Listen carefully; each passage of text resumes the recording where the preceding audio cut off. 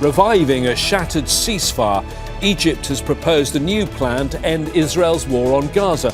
Hamas is said to be ready to release more hostages, but with Benjamin Netanyahu under growing pressure at home, would he accept the new deal? This is Inside Story.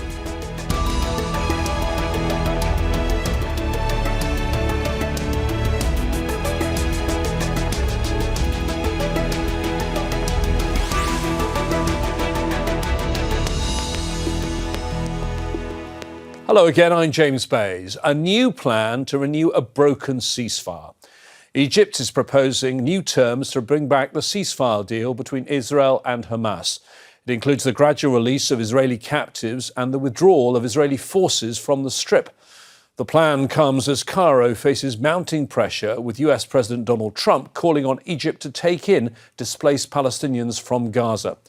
On its side, Israel has remained defiant. It's intensified its attacks on the Strip, with Prime Minister Benjamin Netanyahu warning it's only the beginning.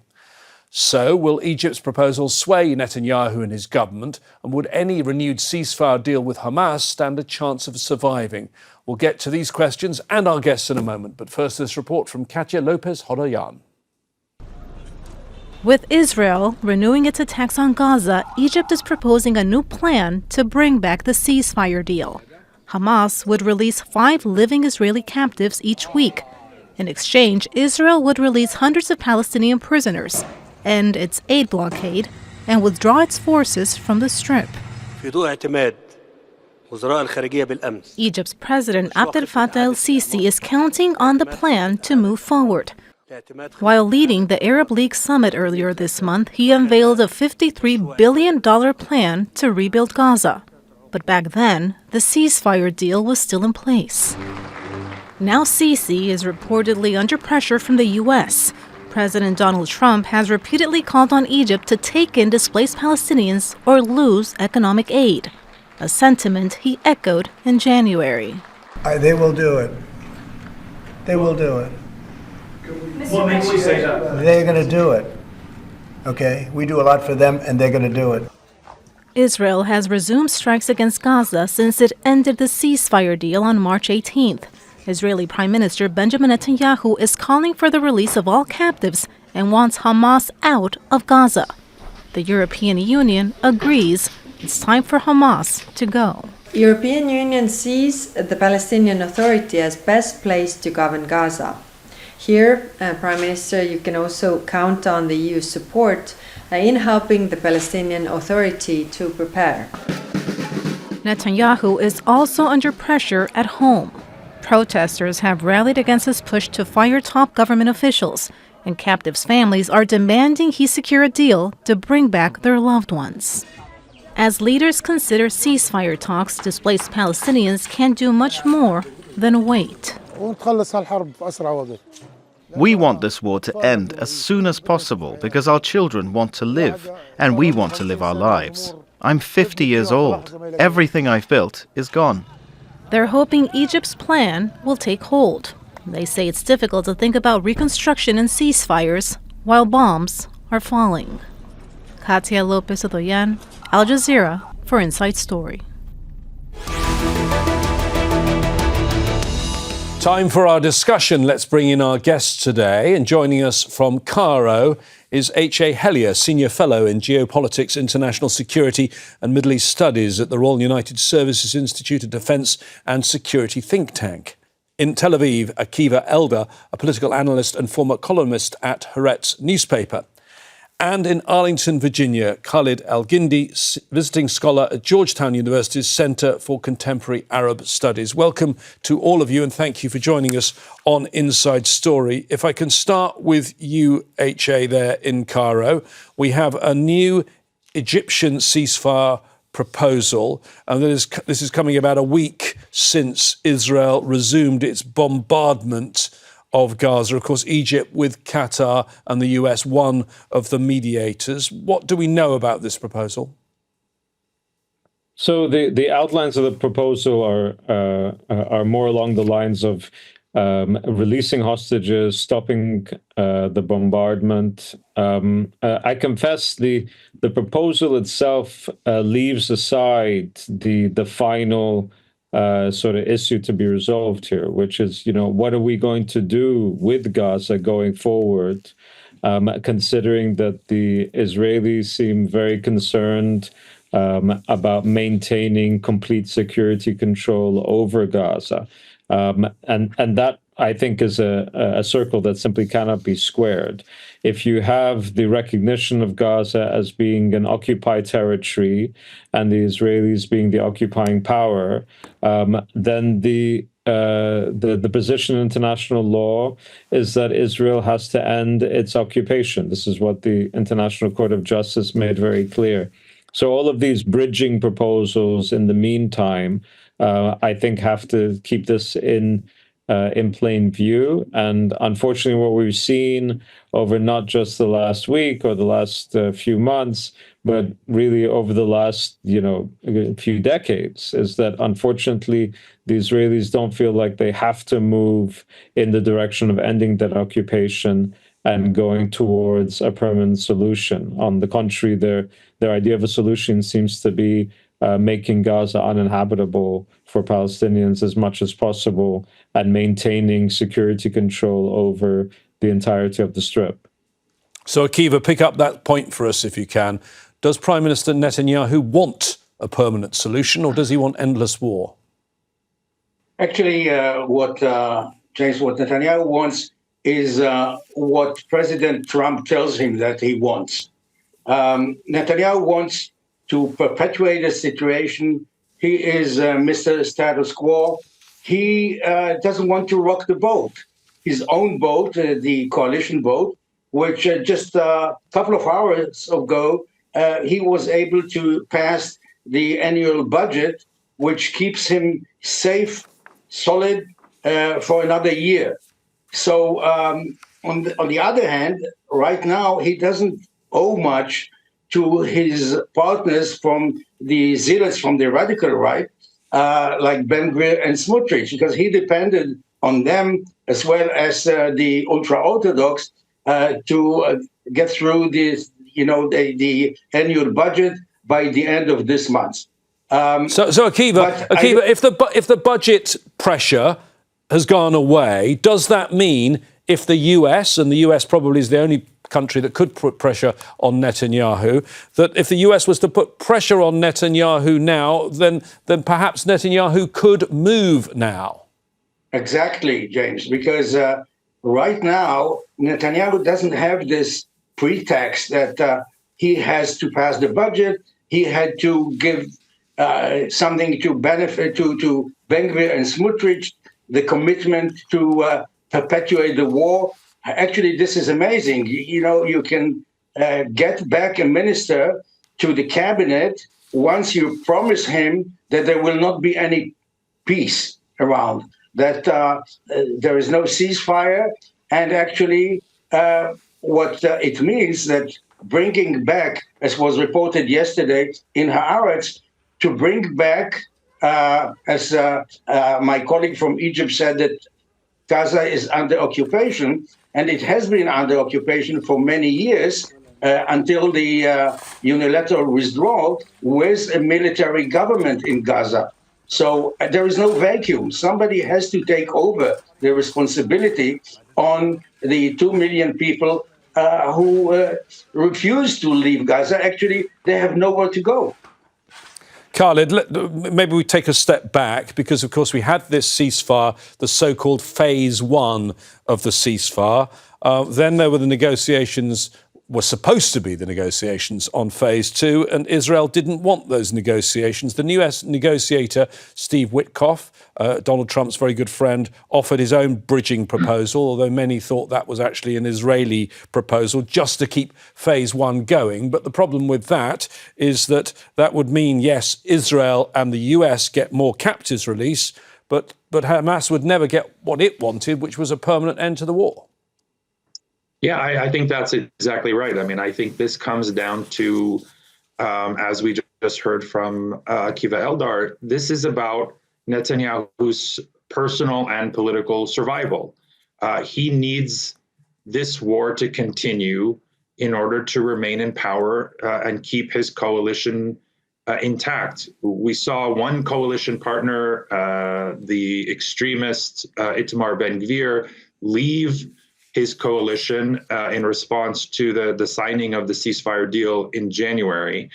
A second extremist coalition partner, Bezalel Smotrich, has threatened to bolt if Netanyahu moves ahead with phase 2, and that would completely collapse his coalition. So this is really, I think, about maintaining, like everything that we've seen, virtually everything that we've seen, Netanyahu's, over the last 15, 16 months, Netanyahu's decision-making is based primarily not about hostages or peace or even the long-term future of Gaza, but about remaining in power. And he's been able to do that because he had a very acquiescent U.S. president in Joe Biden, and he has a more than accommodating president in Donald Trump.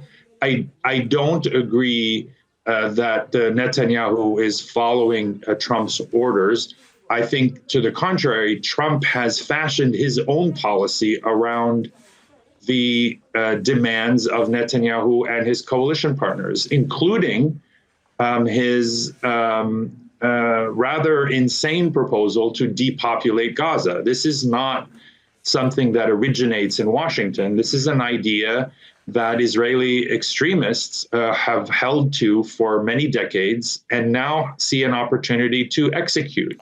We'll come back to that whole plan of expulsion in a moment, but just staying with you, the other thing that has happened before Israel started its latest bombardment is Israel now has even more resources to bomb if it wants. It's worth noting that at the beginning of March, the US administration gave an extra $4 billion in military assistance. And if you actually look at the cumulative total since Donald Trump became the president, it's an extra $12 billion. And any restrictions, and there weren't many, that were there under the Biden administration, they've all been lifted, haven't they? Oh, absolutely. I mean, it's really quite remarkable that a president who has pinned his whole presidency on America first and scaling back, government expenditures and smaller government and putting U.S. priorities in order before looking after those of foreign nations. The giant gaping exception to all of that is Israel. And there is no problem, cutting welfare programs and things that benefit American veterans and sick children and senior citizens, but maintaining Israel's military stockpile seems to be a priority. So there's a fundamental contradiction in Donald Trump, who has also fashioned himself as the peacemaker. He told everyone, I'm going to end the wars in Ukraine and in Gaza. And for a while, it looked like that might be the case. He signed up for the ceasefire. He pressured Netanyahu to sign on. But as of this moment, Netanyahu doesn't care. I mean, I think, Donald Trump doesn't seem to, he seems perfectly content with the carnage and destruction in Gaza, because, again, the rules of ordinary politics and common sense when it comes to Israel in Washington just don't apply. H.A., let's drill down with you. You're in Cairo, the Egyptian position.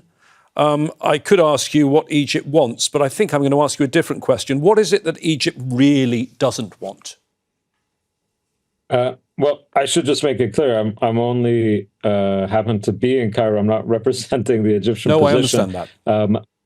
But what Cairo's made really clear over the past almost 18 months now is that any solution to Gaza should be about a Palestinian state and should not be about the expulsion or displacement, temporary or otherwise, of Palestinians from Gaza. And keep in mind, on the Egyptian side, there's a historical memory that relates to this. The Israelis before, historically, have tried to claim territory or try to get the Egyptians to accept a cutting out of Sinai of certain, several hundred kilometers worth of territory in order to establish a Palestinian entity there. And over the past 16, 17 months now, there have been regular discussions emanating in Israel around quote unquote voluntary migration of Palestinians from Gaza into Sinai. Of course, when we say voluntary, I insist on putting quotation marks, because when you make a territory uninhabitable and then tell people you're free to go, no, that's not voluntary, that's ethnic cleansing.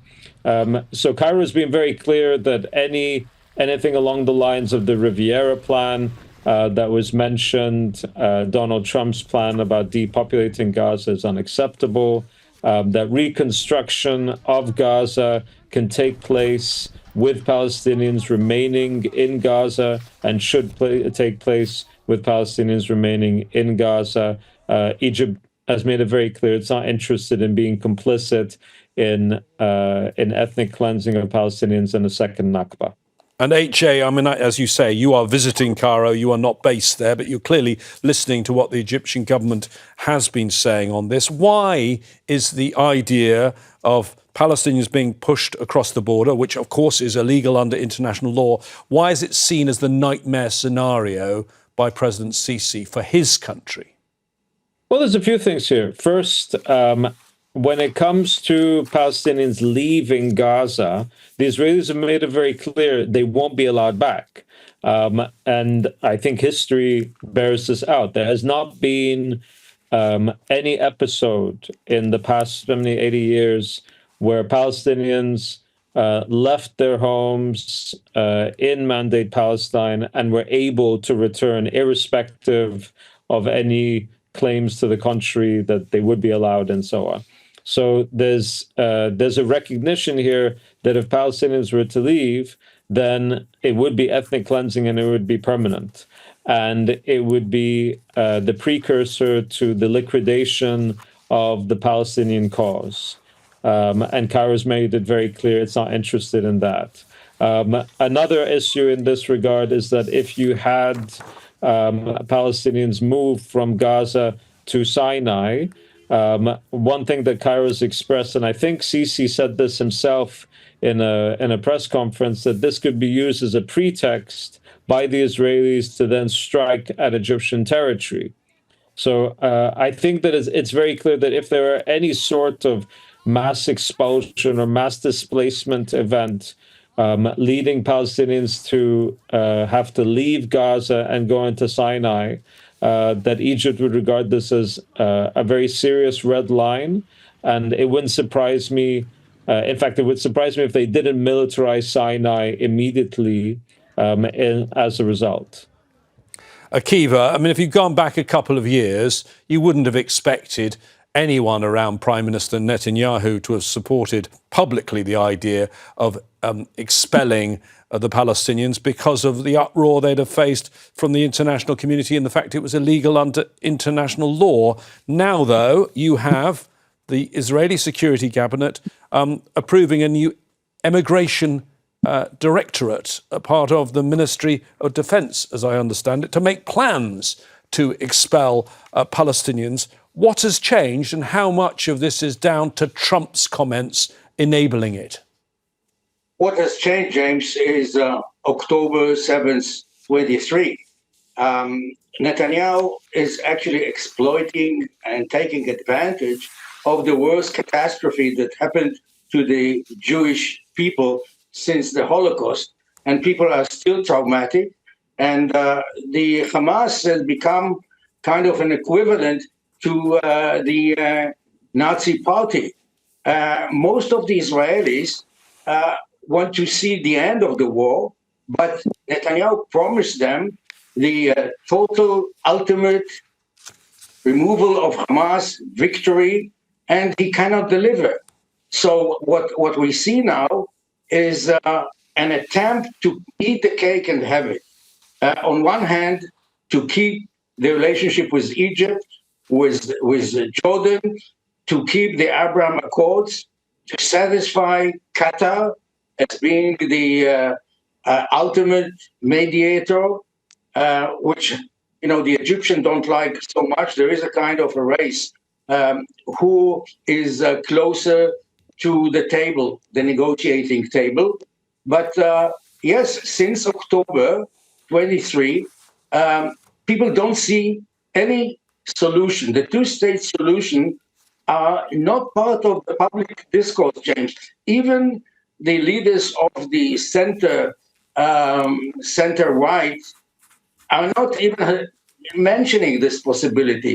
You can hardly hear this from the leader of the Labour Party, Yair Golan, who is talking about a political, diplomatic solution to the conflict.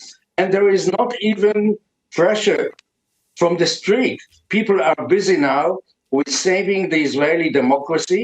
You can see thousands of people marching in Tel Aviv, in Jerusalem. But what they demand is to put an end to not to the war in Gaza, to the bloodshed of both Palestinian and Israeli. The Israeli soldiers are going to be sent back to Gaza.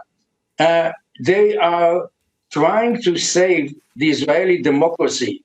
The Attorney General, the head of the Secret Service, the Shin Bet. And right now what we see is that Netanyahu passed a budget that will cost millions because he's channeling money to the settlers, to the ultra-Orthodox, and this is what is bothering the Israelis. I go to the demonstrations and I don't see any banners or people saying anything about the occupation, about 50,000 Palestinians killed. The Israelis are still buried, deeply buried in the trauma of October 7th. And Netanyahu, instead of appointing a commission to inquire this huge blunder of his, what he's doing is using this awful blunder that he led to when he became the partner of the Hamas for many years. Khalid, I mean, the other thing, of course, we had at the beginning of February were Trump's comments, which we referred to earlier, turning the Gaza Strip into a resort. As ever, with the Trump administration, the situation is somewhat confused because last week, when he was there with the Irish Prime Minister, he said nobody's expelling any Palestinians. And yet we have credible reports that the administration has been reaching out to African governments, Sudan, Somalia, and the breakaway nation of Somaliland. I mean, do you think the Trump administration is actively pushing this idea of kicking out Palestinians and moving them elsewhere? And how much do you think Egypt currently factors into those ideas? Yeah, I think they are actively pushing it, as you just noted. They are asking specific countries, not just in East Africa, but also others in the region, Syria and others, to take in large numbers of Palestinians. I think when he said in that moment that there won't be an expulsion of Palestinians, I think there's a bit of sleight of hand here, or kind of rhetorical sleight of hand. I think what he meant was sort of along the lines of what Israelis are saying, euphemistically, that this will be a voluntary program. And so I think it's perfectly consistent with the Israeli vision of, and as Hisham, of course, pointed out, it's not really voluntary when you've annihilated an entire society and starved the population, because let's not forget, Israel has not allowed any aid into Gaza since the beginning of this month. And that is obviously taking a toll. So if people have no hospitals and have no food, no schools, no infrastructure, of course they will leave. So I do take very let me bring in HA again, if I can, now on the administration, HA, because Mr. Witkoff seems to be the main man dealing with this. He's also the main man dealing with the Russia-Ukraine negotiations, and we've seen those amazing comments on the commercial messaging app Signal, remarkable intelligence breach there.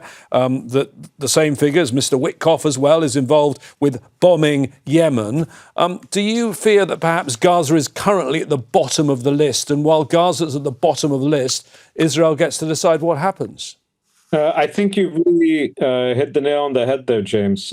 Part of what I think has been going on when it comes to policy on Israel-Palestine is that you have an administration that is perfectly happy to allow Israel to take the lead at a time when it needs to actually use as much leverage as it can to push Israel into a particular direction with regards to the ceasefire, with regards to the occupation, with regards to prisoners, and so on and so on.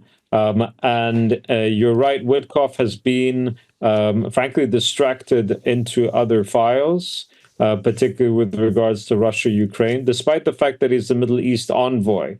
But that tells you something, I think, about how the administration is working out.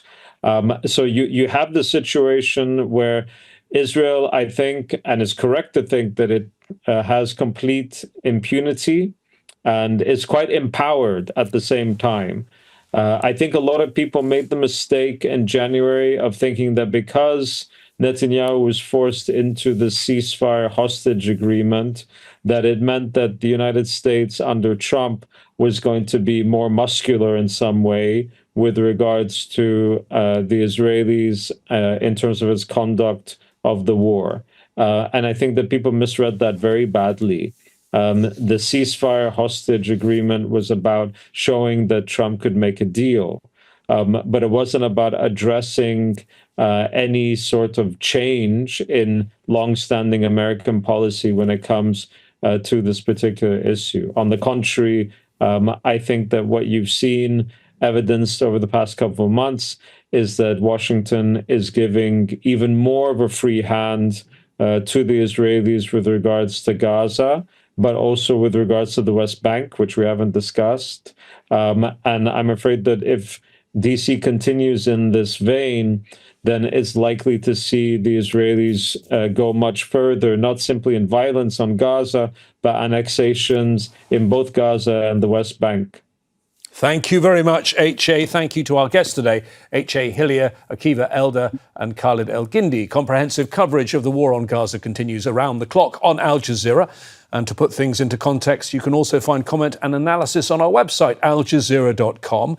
If you have thoughts on today's discussion, make them known by posting on our Facebook page. That's facebook.com/AJ Inside Story, or use X. Look for @AJ Inside Story. I'll be back here very soon. Until then, from me, James Bays, and the whole team, stay safe. Bye-bye for now.